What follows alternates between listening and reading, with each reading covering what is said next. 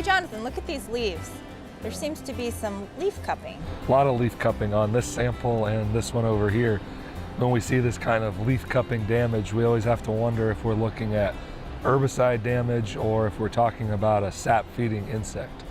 What would it look like if it was herbicide damage?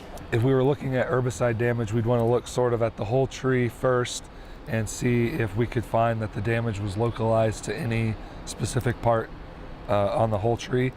And we would want to take a look at what has happened recently around the tree.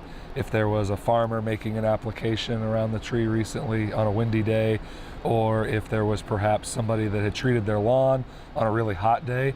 Those are the two kinds of instances where we get herbicide drift up into the tree or onto the tree. So the wind either moves it over onto the tree, or we see the product volatilize and get up into the plant from below.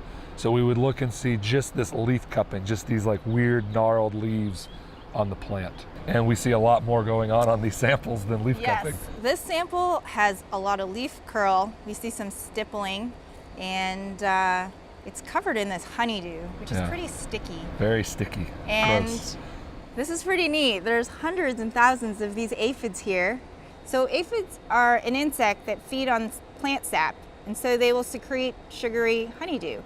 One of the signs that you can also tell if you have aphids is if there's predators, such as ants who feed on the honeydew and lady beetles who are good predators of the aphid. So when we see these aphids on a plant like this and we get all of this sticky stuff and sooty mold, that's not very healthy for the plant or going to make for a happy tree owner.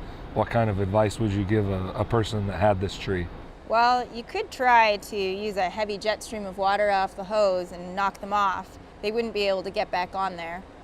What kind of control would you recommend? If you have a big problem like we see with these particular aphids on this tree, sometimes the water's not going to be enough. So you may want to look towards an insecticidal soap.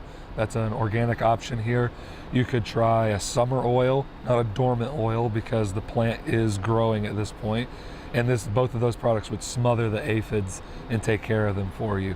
If you've got a really bad infestation, maybe contact an arborist to come out and offer up more synthetic chemical control.